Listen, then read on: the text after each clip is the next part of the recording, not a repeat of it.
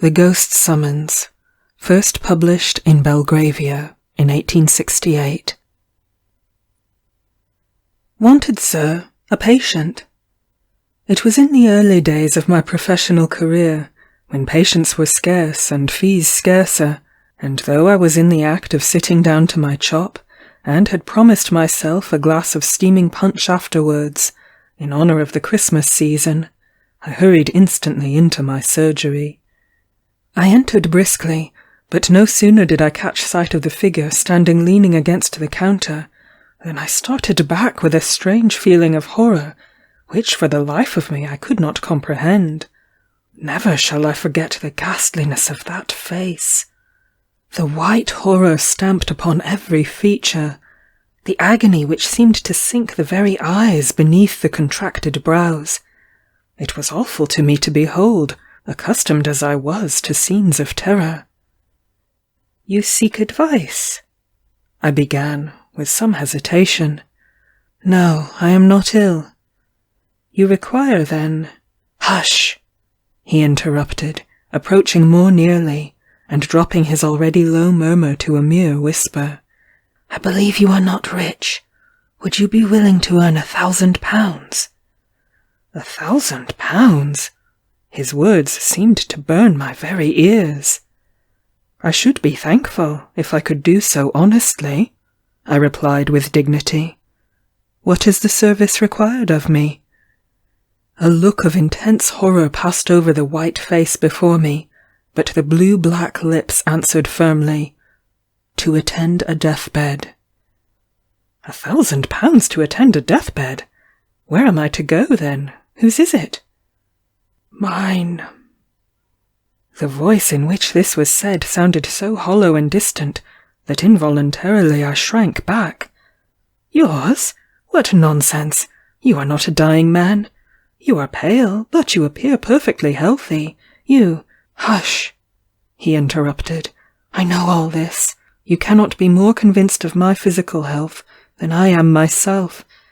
Yet I know that before the clock tolls the first hour after midnight, I shall be a dead man. But—" He shuddered slightly, but stretching out his hand commandingly, motioned me to be silent. "I am but too well informed of what I affirm," he said quietly. "I have received a mysterious summons from the dead. No mortal aid can avail me. I am as doomed as the wretch on whom the judge has passed sentence. I do not come either to seek your advice or to argue the matter with you, but simply to buy your services. I offer you £1,000 to pass the night in my chamber, and witness the scene which takes place. The sum may appear to you extravagant, but I have no further need to count the cost of any gratification, and the spectacle you will have to witness is no common sight of horror." The words, strange as they were spoken calmly enough, but as the last sentence dropped slowly from the livid lips, an expression of such wild horror again passed over the stranger's face, that, in spite of the immense fee, I hesitated to answer. "You fear to trust to the promise of a dead man? See here, and be convinced," he exclaimed eagerly, and the next instant, on the counter between us lay a parchment document, and following the indication of that white muscular hand, I read the words, "And to Mr. Frederick Reed, of 14 High Street, Alton, I bequeath the sum of £1,000 for certain service rendered to me." "I have had that will drawn up within the last 24 hours, and I signed it an hour ago, in the presence of competent witnesses. I am prepared, you see. Now, do you accept my offer, or not?" My answer was to walk across the room and take down my hat, and then lock the door of the surgery communicating with the house. It was a dark, icy cold night, and somehow the courage and determination which the sight of my own name in connection with £1,000 had given me flagged considerably as I found myself hurried along through the silent darkness by a man whose deathbed I was about to attend. He was grimly silent, but as his hand touched mine, in spite of the frost, it felt like a burning coal. On we went, tramp, tramp, through the snow, on, till even I grew weary, and at length on my appalled ears struck the chimes of a church clock, whilst close at hand I distinguished the snowy hillocks of a churchyard. Heavens! Was this awful scene of which I was to be the witness to take place veritably amongst the dead? 11, groaned the doomed man. Gracious God! But 2 hours more, and that ghostly messenger will bring the summons. Come, come, for mercy's sake, let us hasten. There was but a short road separating us now from a wall which surrounded a large mansion, and along this we hastened until we reached a small door. Passing through this, in a few minutes we were stealthily ascending the private staircase to a splendidly furnished apartment, which left no doubt of the wealth of its owner. All was intensely silent, however, through the house, and about this room in particular there was a stillness that, as I gazed around, struck me as almost ghastly. My companion glanced at the clock on the mantel-shelf, and sank into a large chair by the side of the fire with a shudder. "Only an hour and a half longer," he muttered.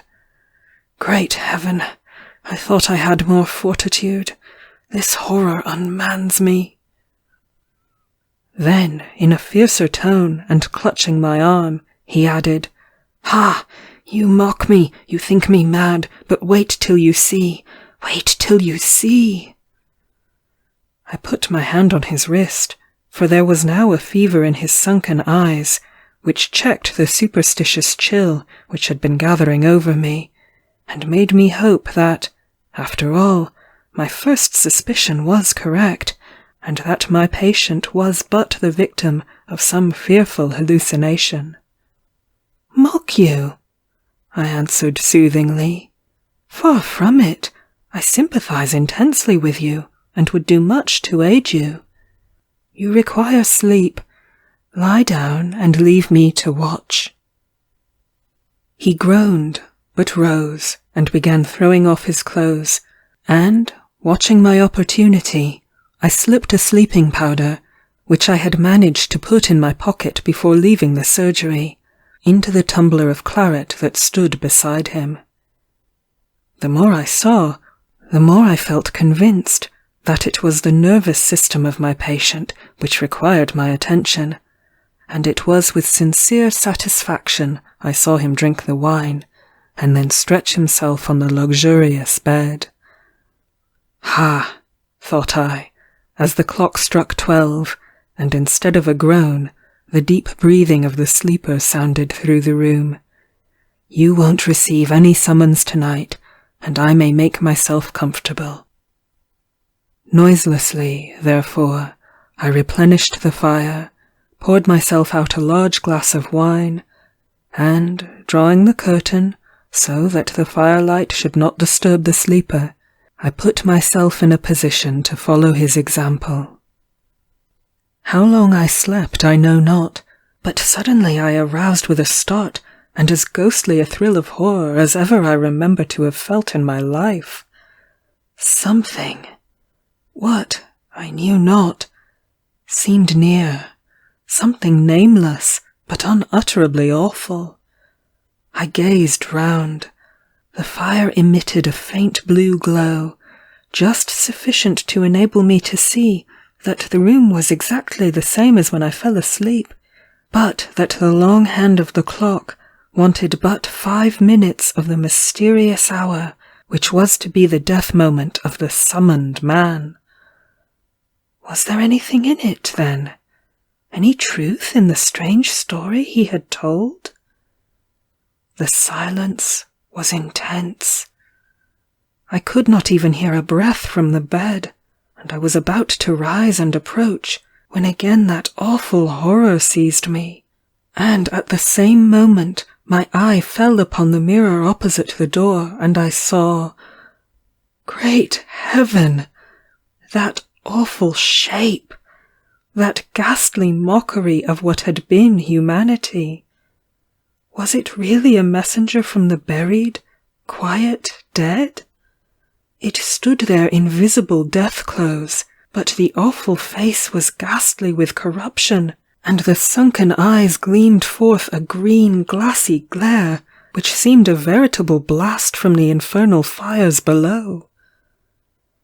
To move or utter a sound in that hideous presence was impossible, and like a statue I sat and saw that horrid shape move slowly towards the bed. What was the awful scene enacted there, I know not. I heard nothing except a low, stifled, agonized groan, and I saw the shadow of that ghastly messenger bending over the bed. Whether it was some dreadful but wordless sentence its breathless lips conveyed as it stood there, I know not, but for an instant the shadow of a claw-like hand, from which the third finger was missing, appeared extended over the doomed man's head, and then, as the clock struck one clear, silvery stroke, it fell, and a wild shriek rang through the room, a death shriek. I am not given to fainting, but I certainly confess that the next 10 minutes of my existence was a cold blank, and even when I did manage to stagger to my feet, I gazed round, vainly endeavouring to understand the chilly horror which still possessed me. Thank God! The room was rid of that awful presence. I saw that, so, gulping down some wine, I lighted a wax taper and staggered towards the bed. Ah, how I prayed that, after all, I might have been dreaming, and that my own excited imagination had but conjured up some hideous memory of the dissecting room. But one glance was sufficient to answer that. No, the summons had indeed been given and answered. I flashed the light over the dead face, swollen, convulsed still with the death agony, but suddenly I shrank back. Even as I gazed, the expression of the face seemed to change. The blackness faded into a deathly whiteness. The convulsed features relaxed, and, even as if the victim of that dread apparition still lived, a sad, solemn smile stole over the pale lips. I was intensely horrified, but still I retained sufficient self-consciousness to be struck professionally by such a phenomenon. Surely there was something more than supernatural agency in all this. Again I scrutinized the dead face, and even the throat and chest, but, with the exception of a tiny pimple on one temple beneath the cluster of hair, not a mark appeared. To look at the corpse, one would have believed that this man had indeed died by the visitation of God, peacefully, whilst sleeping. How long I stood there I know not, but time enough to gather my scattered senses and to reflect that, all things considered, my own position would be very unpleasant if I was found thus unexpectedly in the room of the mysteriously dead man. So, as noiselessly as I could, I made my way out of the house. No one met me on the private staircase. The little door opening into the road was easily unfastened, and thankful indeed was I to feel again the fresh wintry air as I hurried along that road by the churchyard. There was a magnificent funeral soon in that church, and it was said that the young widow of the buried man was inconsolable. And then rumours got abroad of a horrible apparition which had been seen on the night of the death, and it was whispered the young widow was terrified and insisted upon leaving her splendid mansion. I was too mystified with the whole affair to risk my reputation by saying what I knew, and I should have allowed my share in it to remain forever buried in oblivion, had I not suddenly heard that the widow, objecting to many of the legacies in the last will of her husband, intended to dispute it on the score of insanity, and then there gradually arose the rumour of his belief in having received a mysterious summons. On this I went to the lawyer, and sent a message to the lady that, as the last person who had attended her husband, I undertook to prove his sanity, and I besought her to grant me an interview, in which I would relate as strange and horrible a story as ear had ever heard. The same evening I received an invitation to go to the mansion. I was ushered immediately into a splendid room, and there, standing before the fire, was the most dazzlingly beautiful young creature I had ever seen. She was very small, but exquisitely made. Had it not been for the dignity of her carriage, I should have believed her a mere child. With a stately bow she advanced, but did not speak. "I come on a strange and painful errand," I began, and then I started, for I happened to glance full into her eyes, and from them down to the small right hand grasping the chair. The wedding ring was on that hand. "I conclude you are the Mr. Reed who requested permission to tell me some absurd ghost story, and whom my late husband mentions here." And as she spoke, she stretched out her left hand towards something, but what I knew not, for my eyes were fixed on that hand. Horror! White and delicate it might be, but it was shaped like a claw, and the third finger was missing. One sentence was enough after that.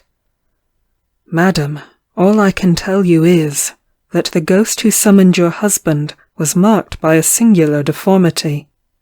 The third finger of the left hand was missing," I said sternly, and the next instant I had left that beautiful, sinful presence.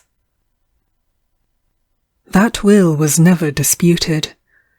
The next morning, too, I received a cheque for £1,000, and the next news I heard of the widow was, that she had herself seen that awful apparition, and had left the mansion immediately.